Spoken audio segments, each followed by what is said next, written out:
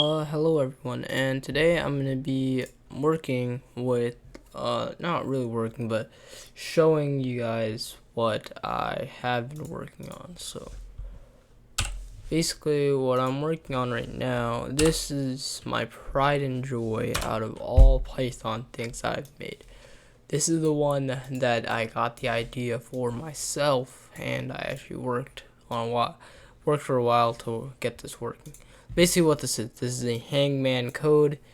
User 1 gives you an input, please give me a word, and then user 2 is the job is to guess, please give me a letter that you think is in the word. And then right now temp would be temp is representing the number that, so basically I gave each body part a value. Say you got a head, that will be 0. So once you have, you get each body part, it adds 1 to a temp. So once that temp reaches 4 or anything, or 5, I should be saying, because as the while statement says anything greater than 4, then this thing stops working, you lost, and it's bad. Or actually no, this is less than 4. So once it reaches 4, then you lost. So yeah, that's one of them. And then this one are overlapping lists. This is just a project that I worked with my teacher with on the side. It's pretty fun. And palindrome, this one just prints out reverse list. It's a palindrome list. Pattern, this one prints out a pattern. Patterns are pretty cool, but this one, since it's a for loop inside a for loop, which is the main thing with this one, it's a for loop inside a for loop. I was working with those. This is my first ever homework. This is the first ever Python thing I ever created, just with a while statement, pretty simple, and a random.radiant. So basically what this does, it prints a random number from 0 to 200.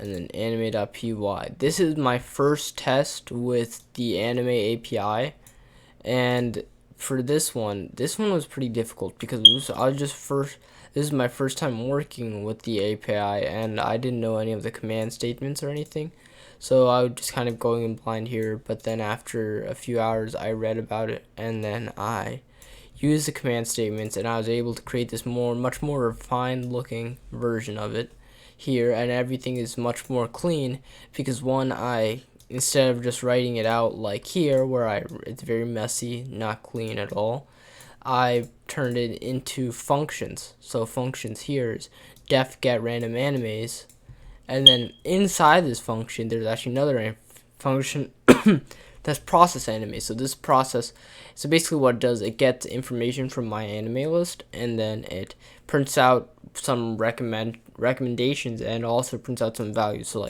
the my anime list score, opening theme count for each anime, and external link count. So those are just external links. Titles, it'll show you title English. If not title English, it'll show you title Japanese. And then if not title Japanese, it'll show you whichever language the title was originally in. It shows you the episode count and also the MALID. So the MALID is this part right here in the link. So basically how this code works is that it takes a random.radiant from 1 to how many animes you want. Say you ask for 4 animes, it'll take a random number from 1 to 5. So basically from 1 to 5, it'll take all these numbers, and then it'll start just shooting out it'll put 1 inside the ID, and then once it takes 1, it'll use the URL, make sure it's successful, and then once it's successful, it'll process the anime. So if it processes it, it'll get all this information, and then basically that just works over and over again. And yeah, that's how the code works. Balls, this one just for balls, and this one just ran. This was just me working with a random.radiant. So I'm pretty sure somewhere there's supposed to be a range. Yeah, this is just a range statement. There's nothing too big. This is a binary tree. So this is my first time working with it, and this one was pretty difficult. So it's for not a binary tree, sorry, a binary search. So basically what it does, usually in some a case like this, you can just search it normally with, like, say you're looking for a specific number. So you can just search it normally, check 2010, that's not the number, 202, that's not the number, 203, no, and so on.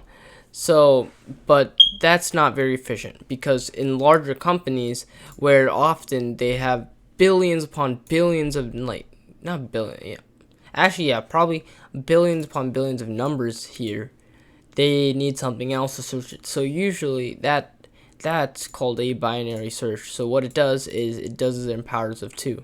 So basically what it does is, oh, my number is 208 here. Okay, I see 208.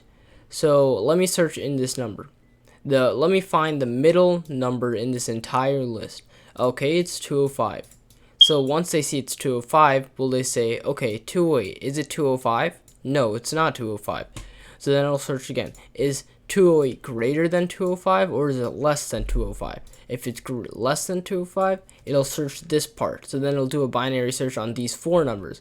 But if it's greater than 205, it'll do a binary search on these 4 numbers. And then so on. It'll take the next average. So then basically, it'll take 207. So once it's 207, it'll say, okay, so is it 207? Obviously it's not, it's 208. So then it will say, is it less than 207? No, it's not 206. Is it greater than 207? Yes, and now there's 2 options left. So basically now it's 208 or 209, and now we're going to take an average, and at this time it's going to be 208. So then it'll check from 208, is it 208? Yes, it is, and then it'll end the search there. So think about that. That was 1 step, and then 2 steps, 3 steps. 3 steps, we found the number. But here, compared to the 9 steps you'd have to take to check each number individually, that's saving a lot of time. So that's what I learned from that. And then classes. This one is just a simple class I made. This one is just testing out classes, working with them in Python. I'm pretty used to classes in CSS, but this one was a pretty new one for me.